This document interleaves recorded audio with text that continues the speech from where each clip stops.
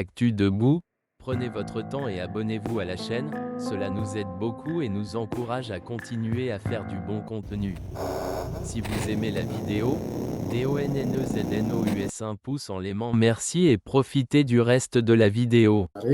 J'espère que vous allez très bien. Soyez les bienvenus pour le live de ce dimanche qui va s'articuler autour de 5 points essentiels, 5 points essentiels que vous découvrirez tout au long de ce live. On commencera par les informations générales. Vous savez que je partage toujours des informations avec vous. Et puis après, on abordera les autres sujets les uns après les autres.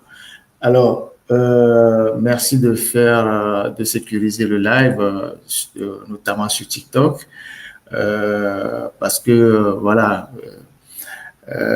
les détracteurs, les gens du régime, ils investissent aujourd'hui beaucoup de moyens pour sauter les comptes.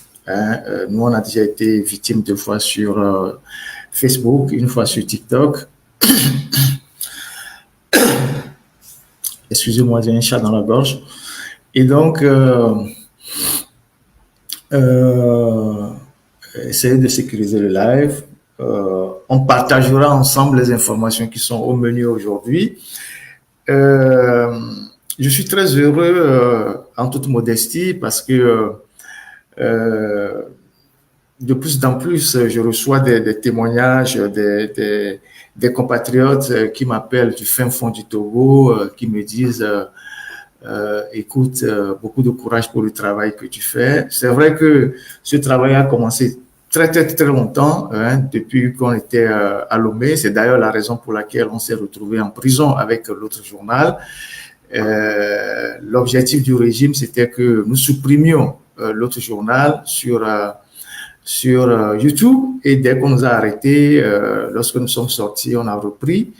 Et quand nous sommes partis en exil, ils ont tout fait pour faire supprimer le compte de l'autre journal. Il y avait pratiquement presque 100 000 abonnés. Dans les fins fonds, quelque part à Guérékouka, quelque part à Nassablé, quelque part dans le Pendjal, les gens suivaient sur Internet l'autre journal et étaient très bien informés de la situation politique du Togo. Et c'était un travail énorme qu'on avait commencé depuis longtemps, avant d'arriver sur TikTok aujourd'hui, TikTok qu'on combine avec Facebook et tout ça. Et aujourd'hui, je suis quand même très heureux parce que j'ai un ami qui était il y a quelques jours dans un village au fin fond, dans le Cloto là-bas, et un dimanche après-midi, et il voyait les gens rassemblés avec un téléphone en train de suivre le live, et il leur pose la question, mais vous suivez aussi le live? Il dit, mais ils peuvent pas se passer. Merci beaucoup pour les cadeaux, qui peuvent pas se passer. Et que c'est le rendez-vous dominical incontournable, même dans les villages. Et cette personne de me dire de temps en temps, il faut que je parle des problèmes que vivent nos frères dans les villages. C'est vrai que j'en parlais avant. Maintenant, je vais insister, les difficultés dans les villages, le fait que les gens, ils n'ont pas de route pour évacuer les produits agricoles, il n'y a pas de dispensaire, il n'y a pas d'ambulance, il n'y a pas d'école, il n'y a pas d'infrastructure sportive, il n'y a pas de bibliothèque pour les enfants. Il faut qu'on mette le projecteur sur aussi les localités les plus éloignées, parce que le travail d'éveil de conscience doit toucher l'ensemble du territoire. Aujourd'hui, nous avons la chance que on a l'Internet, et puis le taux de pénétration de l'Internet dans le pays est assez conséquent, et que tout le monde a pratiquement un Android, ou quelqu'un de la famille a un Android, et donc après, les gens se retrouvent facilement pour écouter les messages que nous véhiculons.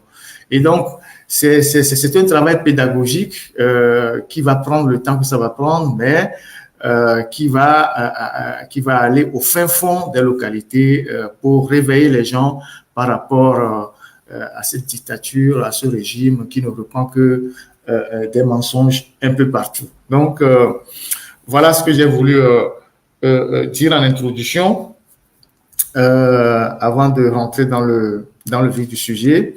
Je salue la technique qui est aussi derrière les caméras dans le studio. si la technique peut me passer déjà la fiche de la marche de Londres. Il y a une marche que nos compatriotes qui sont à Londres prévoient, je pense que c'est le 26, la semaine qui arrive, voilà, le 26 juillet. Le 26 juillet, à Londres, la communauté togolaise qui est à Londres va manifester, va dénoncer le régime de Lomé. Il y a eu des manifestations ce week-end, je pense, aux États-Unis, en Allemagne, notamment à Stuttgart, organisées par Jimmy. Félicitations à elle. Au Luxembourg aussi, il y a eu des manifestations. Et il faut saluer le réveil de la diaspora. Le plus important, c'est pas le nombre qui sort, c'est le peu de Togolais qui sortent avec les drapeaux togolais et qui protestent et qui disent qu'ils ne sont pas d'accord sur la dictature qui s'enracine dans notre pays, sur ce régime qui n'en finit pas. Donc, il faut féliciter tous ces compatriotes-là qui s'organisent, qui prennent le risque, qui prennent de leur temps pour aller dans les rues en soutien à ceux qui sont déjà au Togo, qui sont en train de se battre. Et c'est très important que partout, la diaspora se réveille. Et donc, les compatriotes qui sont en Angleterre et particulièrement à Londres, une manifestation est prévue par les organisateurs, nos compatriotes, le 26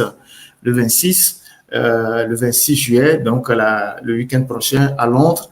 Donc, sortez massivement pour aller protester contre ce qui se passe au Togo en ces moments-ci. Présenter les images des violences aux diplomates, aux partenaires, parce que c'est le plus important. Nous devons visibiliser au maximum la barbarie qui s'est abattue sur notre peuple, la violence inouïe qui s'est abattue sur les compatriotes. Nous devons présenter aussi les prisonniers politiques, les gens qui sont actuellement en prison, qui sont privés de leur liberté, notamment les Omolou. Je vous ai parlé du cas Omolou, les gens de Tigre Révolution, Affectio, les gens qu'on a arrêtés il n'y a pas très longtemps, y compris même les prisonniers personnels de Foy Gnassingbé, Kwacha Gnassingbé, son beau-frère Charles Azumaro. Tout ce que nous savons, qu'ils sont des prisonniers pour des raisons parfois ou purement politiques de Foy Gnassingbé, il faut que nous mettions la visibilité, les projecteurs et que nous sensibilisons massivement l'opinion internationale sur ce régime qui est, excusez-moi les expressions, qui est humanicide, qui est populicide, qui est infanticide, qui est liberticide. Tout ce que vous pouvez trouver comme, c'est pas quoi, vous pouvez ajouter. C'est un régime populicide, humanicide, c'est pas liberticide. Ce régime rassemble un peu de tout ce qui est de la terreur. Il faut le présenter. Non, insecticide, c'est pas bon. Il faut le présenter. Aux partenaires et c'est comme ça que nous allons multiplier la sensibilisation.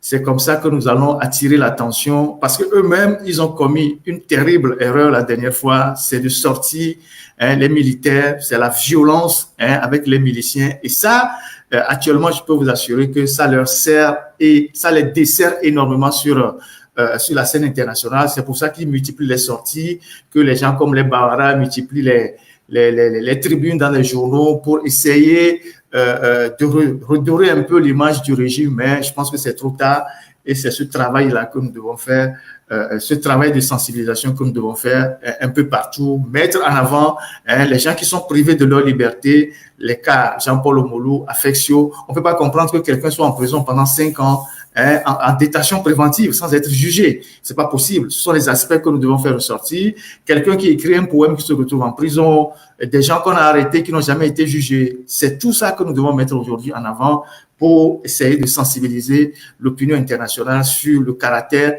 humanicide, génocidaire même de ce régime de Foy Gnassingbé qui est en train de compromettre l'avenir de 9 millions de Togolais, ne serait-ce que pour la conservation du pouvoir. Donc, nous prions tous les compatriotes qui sont à Londres de rejoindre la manifestation du 26, je pense que c'est le samedi prochain. Merci. Alors, en dehors de cette manifestation à Londres, il vous souvient que je vous avais dit que j'avais adressé un courrier au pape. Hein, j'avais, dans la droite ligne de ce que je viens de dire, j'avais adressé un courrier au pape, le pape Léon XIV, qui vient d'arriver, qui a pris pour thème principal de son pontificat la liberté d'expression, et qui a, pour sa première sortie, rassemblé les journalistes au Vatican et qui a demandé la libération de tous les journalistes qui étaient dans les prisons dans le monde entier. Et donc, saisissant la balle au bon, j'ai écrit au pape, je vous ai lu la lettre ici. La lettre est partie dans deux directions. La première direction, c'est l'annonciature ici en France. Et puis après, le courrier est parti directement avec accusé de réception à la Cité du Vatican. Alors, je vous ai lu le courrier ici. Dans ce courrier-là, j'ai attiré l'attention du pape sur les prisonniers, les gens qui sont en prison, tous ces gens qui sont privés de prison, qui sont privés de liberté, qui sont en prison, mais aussi la situation des journalistes togolais qui sont de plus en plus obligés de quitter le pays, qui s'exilent, qui n'ont plus les moyens de faire leur travail de façon indépendante à Lomé et au Togo plutôt. Et comme Faure Gnassingbé, c'est un grand visiteur du Vatican, il est coutumier du Vatican, de temps en temps, il y va avec sa mère pour se passer pour un bon garçon, peut-être un bon catholique. Il était parti aussi à Lourdes pour aller prier. Et donc, il est important qu'on attire l'attention du premier responsable de l'Église catholique, qui est un État, que celui qu'ils reçoivent souvent dans la cité du Vatican n'est pas la personne qu'ils pensent recevoir, et que cette personne-là traîne derrière lui beaucoup de crimes, beaucoup de dérives, et que s'il est vraiment un chrétien et qui vient prier au Vatican, s'il est vraiment un catholique et qui vient prier au Vatican, qu'on lui rappelle un peu les éléments élémentaires de l'humanité et de l'humanisme. Et donc, j'ai écrit cette lettre au pape, et le pape m'a répondu très gentiment et de façon assez aimable. Je vais partager avec vous la réponse du pape. C'est un travail que nous faisons, un travail vraiment de conscientisation, mais aussi de sensibilisation à l'international. Et je suis très heureux d'avoir reçu la réponse du pape et qui m'est parvenue en début de semaine.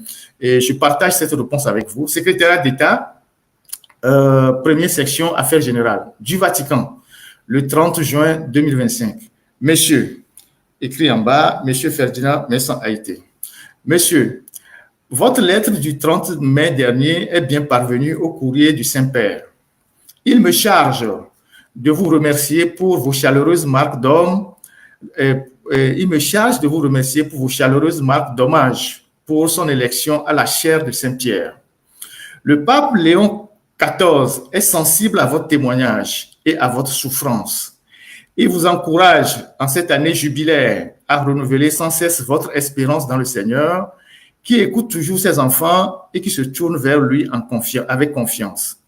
Il vous assure de sa prière pour le Togo et pour toutes les personnes en difficulté.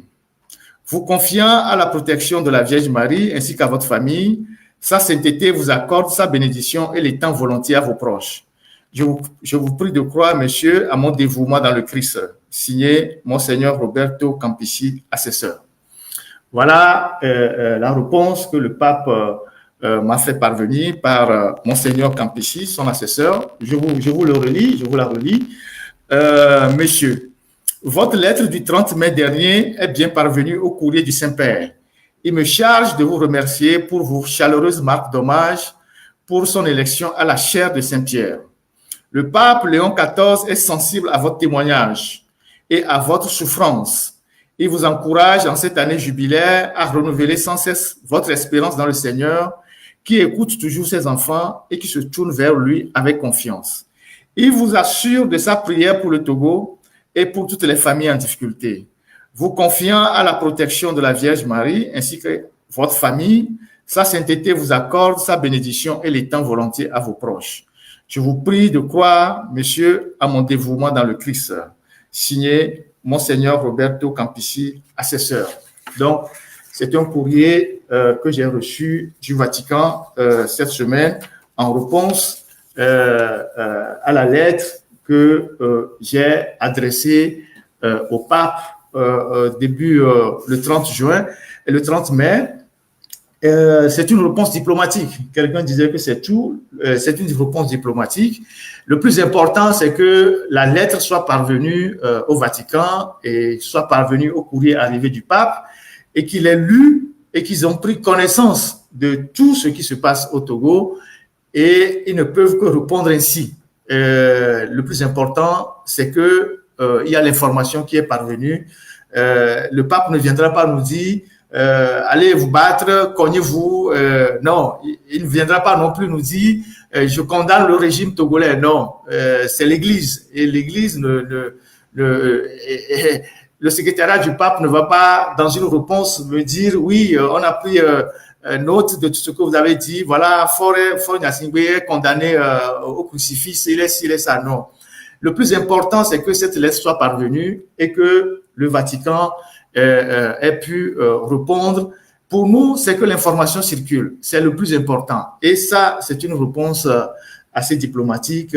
Et puisque la conférence épiscopale aussi a fait plusieurs sorties sur la situation politique du Togo, ces sorties de la conférence épiscopale au Togo sont généralement envoyées au Vatican et donc il y a suffisamment d'informations pour que le Vatican puisse savoir ce qui se passe au Togo. Et si demain force se pointe là-bas pour se faire passer pour un président le plus propre, il est venu pour prier, au moins on lui soufflera 2 mots sur la manière dont il est en train de gouverner de façon assez humanicide le Togo. Donc, voilà ce que j'ai voulu partager avec vous comme réponse du Vatican.